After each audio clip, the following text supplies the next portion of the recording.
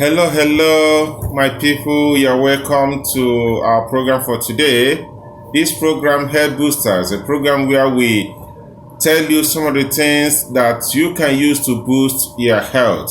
Today, we are looking at Moringa oleifera, popularly known as Moringa. Moringa oleifera, popularly known as Moringa.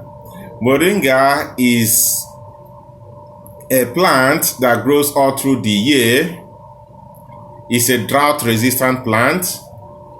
Some people say it originated from northern India and presently is distributed all over tropic and subtropical zones. Moringa is a multipurpose plant. It's used in many ways. It's used as a human nutrition, animal nutrition, agroforestry, industrial uses, environmental, water, treatment, and purification means. So you see that Moringa is used in different ways. It's important for us to know how these plants can help to boost our health. How do we plant this? Moringa is cultivated through seed and stem cutting. So you can plant it using the seed. You can as well use stem cutting to plant it, and both of them will do well. Now the pot, which is what contains the seed, the pot is usually green, and then when they mature, they turn to brown.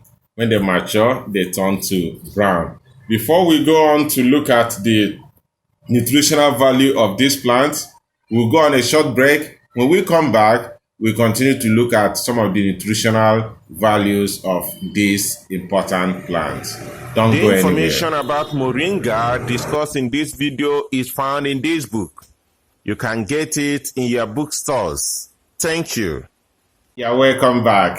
Now we are going to do a comparative analysis of this important plant called Moringa and so many other plants that we use for minerals and other plants that we use to help our system, to help to boost our system. The first there is, when we talk about vitamin A, most times we look up to carrots.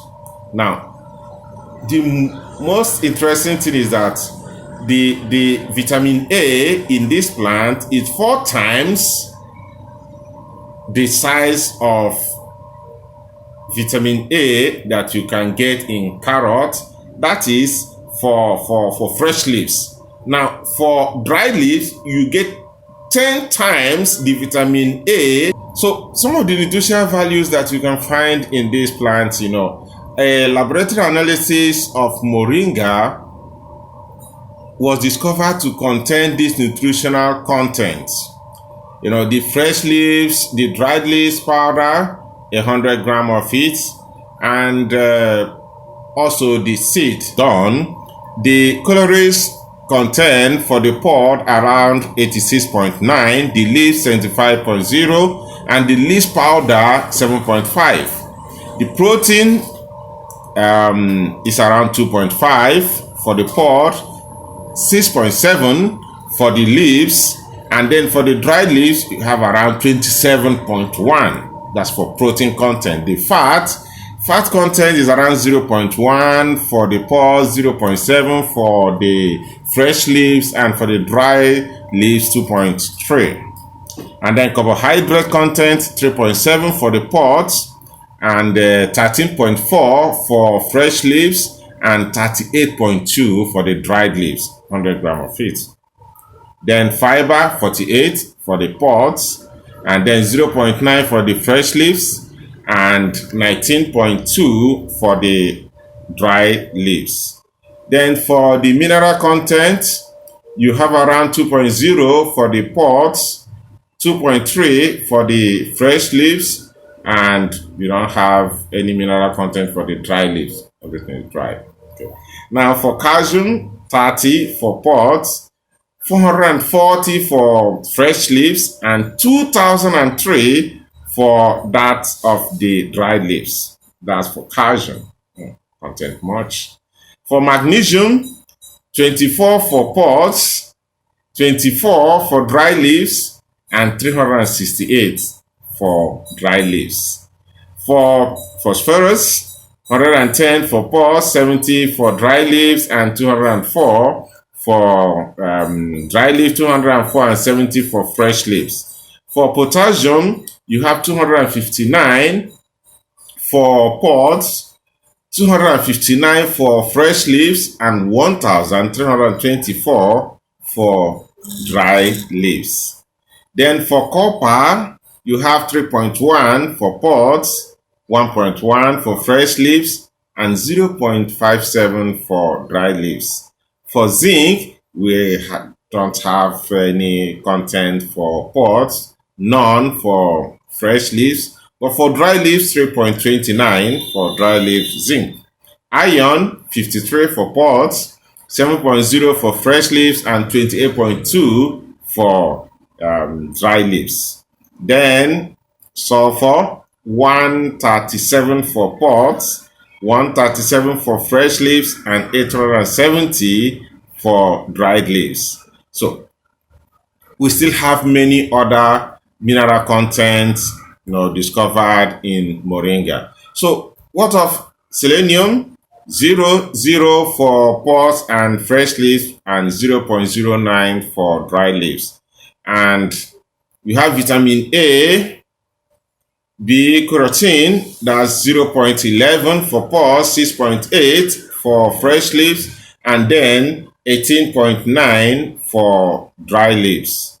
Vitamin B, chlorine, 423 for pods, 423 for fresh leaves, and none for dry leaves.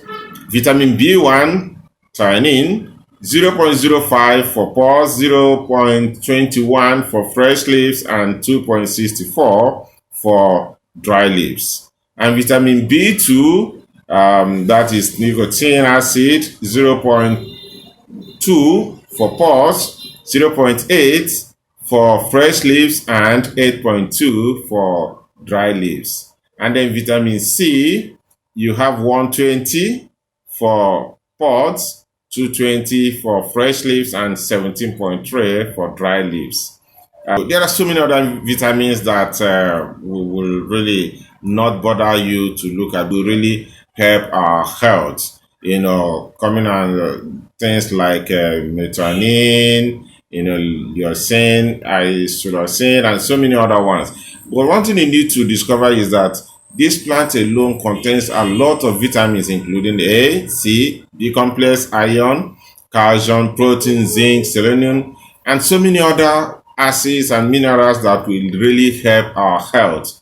And you find out that this particular plant also contains carbohydrate, protein, and even calcium.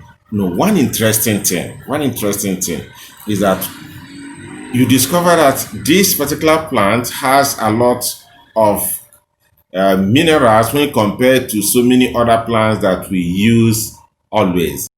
The information about moringa discussed in this video is found in this book. You can get it in your bookstores. Thank you. There are so many other things that moringa can actually be used for in boosting your health. For those suffering from diabetes, the juice from the leaves can help to reduce or control the glucose contents. It can really help those suffering from diabetes to control their glucose level. Now, conjunctivitis, we call Apollo in our place. The leaves juice applied to the eyes can help to bring the control of conjunctivitis. Dysentery, leaf juice and honey mixed together 2 to 3 times a day, and then coconut milk taken after that can help for cases of dysentery. Then diuretic, juice from leaves and carrot juice mixed together can be a very good diuretic, can help one to get rid of some things in the system. Emetic, taken as juice from the leaves. Migraine, Juice from leaves rubbed on the forehead can help to control migraine. Anemia, eating of the leaves in food, will help, of course. Why will it not? If it contains all those nutrients and amino acids, and certainly it will help in controlling of anemia. Then antibiotics. The flower and root are used as antibiotics for the treatment of infections like staphylococcus. Okay. Sore throat juice from leaves and flowers can help in cases of sore throat. Liver problem, grind the seed and add it to your food. When you use the seed added to the food will help in cases of liver problem. Then asthma. Over the years, they said the root of moringa, when boiled and taken as juice, have been known to help for cases of asthma. Prostate and bladder problem. The oil from moringa is used in treatment of prostate and bladder problems. There are so many other discoveries, made on the use of moringa. We sure will find this plant very useful if you have it around you. If not, try and plant one close to you. Next week, we look at another means of boosting our health. Thank you. Bye.